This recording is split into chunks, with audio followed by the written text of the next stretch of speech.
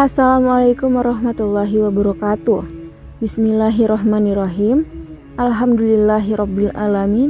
Wassalatu wassalamu ala asrofil anbiya'i wal mursalin Sayyidina wa maulana Muhammadin wa ala alihi wa sahbihi ajmain, amma ba'du. Dengan menyebut nama Allah yang maha pengasih lagi maha penyayang, segala puji bagi Allah Tuhan semesta alam. Rahmat dan keselamatan semoga tercurah kepada Nabi dan Rasul termulia, yakni baginda junjungan Muhammad, dan kepada keluarga dan para sahabatnya semua. Puji dan syukur senantiasa kita panjatkan atas kehadirat Allah Subhanahu wa Ta'ala yang telah menciptakan, memuliakan, dan memberikan rahmat yang sangat luas kepada kita.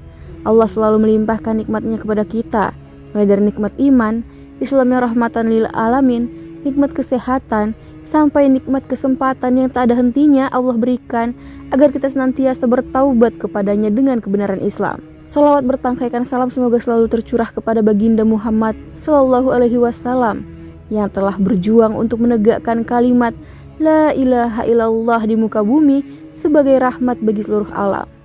Allahumma sholli ala Muhammad wa ala ali Muhammad. Semoga kita mendapatkan syafaat Rasulullah di akhirat kelak, dan semoga kerinduan, ketaatan, dan pengamalan terhadap setiap sunnahnya menjadi jalan bagi kita untuk menemui Rasulullah, untuk diakui sebagai umatnya, berbaris di belakangnya, dan dituntun olehnya menuju surganya Allah. Amin, Allahumma amin. Hadirin yang dirahmati Allah, di kesempatan kali ini kita akan membahas hal-hal yang sedang ramai diperbincangkan, sedang heboh di sudut manapun. Bahkan karena banyaknya kejadian, topik ini sampai disebutkan sebagai tren. Teman-teman yang dicintai Allah, saat ini sangat banyak terjadi kasus bunuh diri. Hampir semua kasus adalah para mahasiswa-mahasiswi yang putus asa dikarenakan masalah pribadi, lingkungan, bahkan karena tugas di perkuliahan yang merupakan kewajiban kita sebagai mahasiswa-mahasiswi maupun pelajar untuk menyelesaikan tugas tersebut.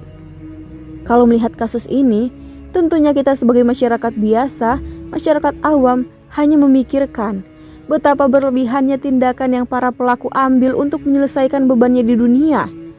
Kemudian seringkali kita mendapat respon yang menjurus pada adu nasib, seperti baru menghadapi kehidupan seperti itu aja udah putus asa, gimana menghadapi kehidupan seperti saya? Dan banyak respon lainnya. Seringkali pelaku bunuh diri dikenal sebagai sosok yang periang, humoris, dan tidak pernah menunjukkan kesedihannya di hadapan teman-temannya. Atau ada pula yang dikenal sebagai sosok yang benar-benar tertutup dan sulit dijangkau oleh teman-temannya. Bagi pelaku bunuh diri yang introvert, akan lebih sedikit pertanyaan mengenai mengapa dirinya mengambil jalan pintas itu. Setidaknya akan ada ucapan, kasihan ya, tapi memang sih selama ini anaknya tertutup banget. Namun bagaimana bagi pelaku bunuh diri yang ekstrovert, periang, dan humoris ini? Banyak pernyataan dan pertanyaan yang akan dikeluarkan oleh masyarakat sekitar, terutama teman-temannya apalagi sahabat dekatnya. Mengapa dia harus mengambil keputusan mengakhiri hidup? Mengapa tidak memutuskan untuk bercerita saja pada saya sebagai sahabat dekatnya? Mengapa tidak mencari solusi bersama? Para sahabat yang dikasihi Allah, terkadang kita terlalu yakin bisa menjadi orang yang bermanfaat, orang yang baik, orang yang bisa menjadi pendengar terpercaya. Namun terkadang kita nggak sadar kalau diri kita bisa saja berubah dalam waktu yang singkat. Mungkin sikap kita yang tidak seramah kemarin, tidak sehangat semalam, dan tidak bisa diandalkan seperti sedia kala. Tentunya hal itu juga dipengaruhi oleh banyak faktor yang tidak bisa dielakkan dan dipaksakan. Melihat hal ini harusnya kita paham bahwa berharap dan bergantung pada manusia tidak akan mendapat hasil yang memuaskan. Karena hukumnya, kita memang membutuhkan dukungan untuk segala macam kemudahan. Namun tahukah kita bahwa semua yang ada di dunia termasuk sahabat, keluarga, dan orang terkasih kita bersifat relatif, yaitu terkadang mendukung dan bahkan terkadang bisa menjadi beban kita. Namun, ada dukungan yang luar biasa, yang sifatnya absolut, yaitu pasti, abadi, tanpa pengecualian dan tanpa penghalang, yaitu dukungan dari Allah Subhanahu wa Ta'ala. Hal yang paling penting dari kita semua, selain dukungan manusia, yang terutama adalah mencari dan mendapatkan dukungan dari Allah. Bagaimana sih caranya kita mendapatkan pertolongan Allah itu? Yaitu dengan melibatkan Allah dalam segala keadaan. Misalnya dengan cara saat sedang di perjalanan, saat sedang presentasi, bahkan saat sedang bermain dan hal kecil lainnya pun kita harus libatkan Allah di dalamnya. Kalau sedang capek, sedang lelah, apalagi beban itu didatangkan oleh orang-orang terdekat, ingat Allah, maka teman-teman semua akan lapang. Sebagaimana firman Allah Ta'ala dalam Quran Surat Ar-Ra'd 13 ayat 28. Ala bizikrillahi tatmannul qulub. Ingatlah, hanya dengan mengingat Allah hati menjadi tentram. Cara ngobatin jiwa kita hanyalah dengan mengingat Allah. Karena jiwa kita, roh kita, semuanya asalnya dari langit, berbeda dengan jasad. Fisik yang berasal dari kamu dapat diobati dengan obat-obat yang ada di muka bumi. Namun kalau jiwa kita yang sakit, maka obatnya adalah dengan mengingat Allah. Teman-teman sekalian, apakah masih ada di antara kalian yang merasa tidak pantas untuk meminta pertolongan kepada Allah? Karena masih terlalu nakal mungkin, terlalu jauh pada Allah, dan masih sering lalai. Maka yang harus kalian ingat adalah firman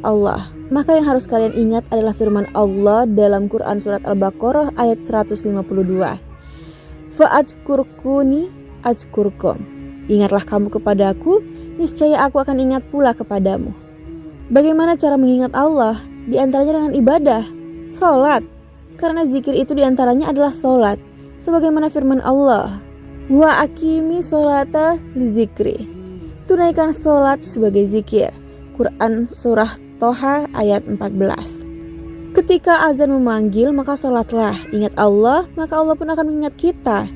Maka dari itu teman-teman, libatkanlah Allah dalam segala perkara kehidupan kita, agar Allah juga selalu mengingat kita.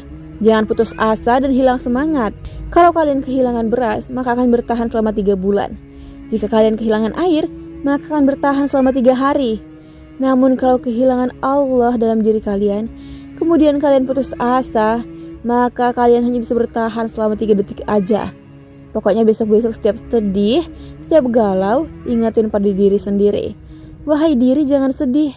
Ada Allah Zat yang maha bersama dengan kita. Jika teman-teman merasa kalau kalian dibenci, ingatlah kalau ada Allah yang mencintaimu dan tidak mungkin berpaling darimu. Jangan sedih karena Allah paling mengerti bagaimana mencintai kita. Demikianlah ceramah yang saya dapat sampaikan. Semoga bermanfaat untuk kita semua dan menjadi pengingat. Maaf atas segala hilaf. Pada Allah saya mohon ampun. Wassalamualaikum warahmatullahi wabarakatuh.